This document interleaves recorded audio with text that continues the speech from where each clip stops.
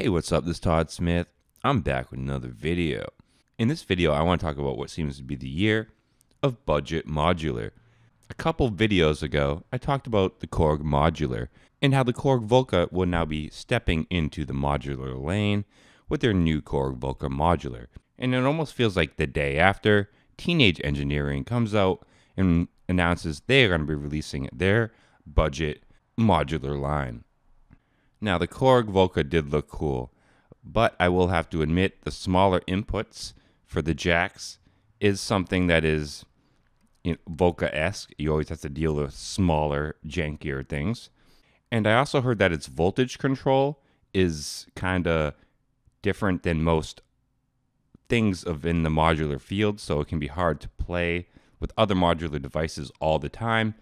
But I haven't tried that out. That's purely speculation from what I've heard off the web. Don't quote me on that.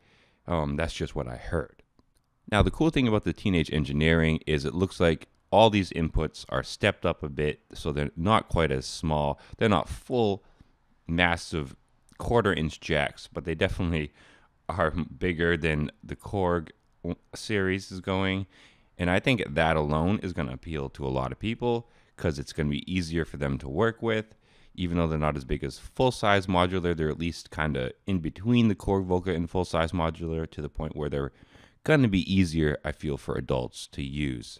When it comes to spacing and the machines themselves, I think Teenage Engineering kind of wins. The layout and structure just feels and looks better from a visual standpoint. Obviously, I haven't touched them physically, so I can't speak for that. But I'd be shocked if the Volca actually feels more responsive and better than those Teenage Engineerings because they look very well built. They've announced 3 pieces that they're going to be releasing soon to the line.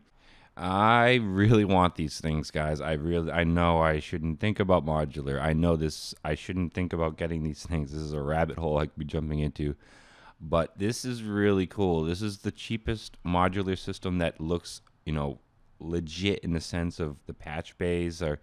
And it seems like the only thing they really jimped on is the case to make it kind of pocket operator-ish. But this still has actual covers, and it looks like the case is solid enough for me that they said they didn't have to jink on the sound quality, and that's really all I care about. It looks like the case is good enough for me, and if the sound quality is up to par, I am 100% down on buying these. Which isn't a good thing, guys. It's a great thing for my music. It's a great thing for me to jump into modular.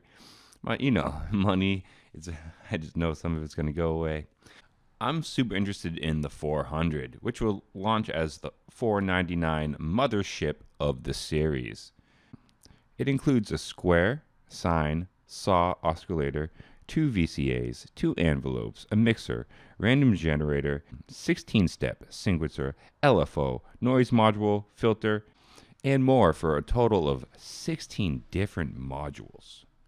That's the one I really want to get into.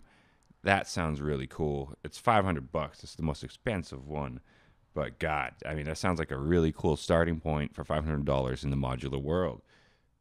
Other than that, jumping to the other side of the spectrum, the least expensive piece is called the 16. It is basically a modular membrane keyboard.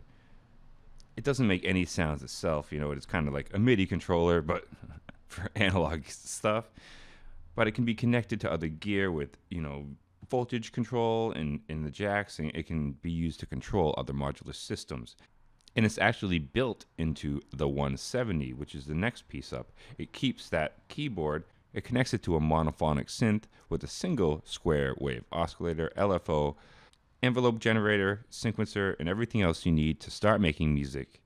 This line feels very much like the pocket operators with their, fun and intuity. It very much looks like the whole setup is going to feel very much like a pocket operator. I feel modular is actually perfect for Teenage Engineering to jump into because they're very intelligent and they're you might not like what they do. You might not like the OP1. You might not like the OPZ.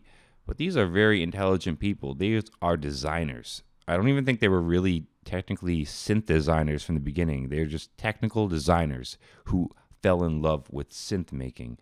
And I think that's cool. And I think it's awesome to have these outside thinkers in the electronic music world, because it's really starting to change things up. I need to thank Teenage Engineering for creating these really cool devices. I mean, this is the first time they've really copied something and just made it cheaper. You know, everything else they've made has been really unique and really new and really fresh. Now they're just taking a concept and applying their pocket operator idea to modular, and by making it cheaper and more accessible to people. And that, to me, was such a smart idea. Good job, Teenage Engineering. I can't wait to get my hands on the mothership of your release right now. It looks amazing. I will drop $500 on it easy when I got it.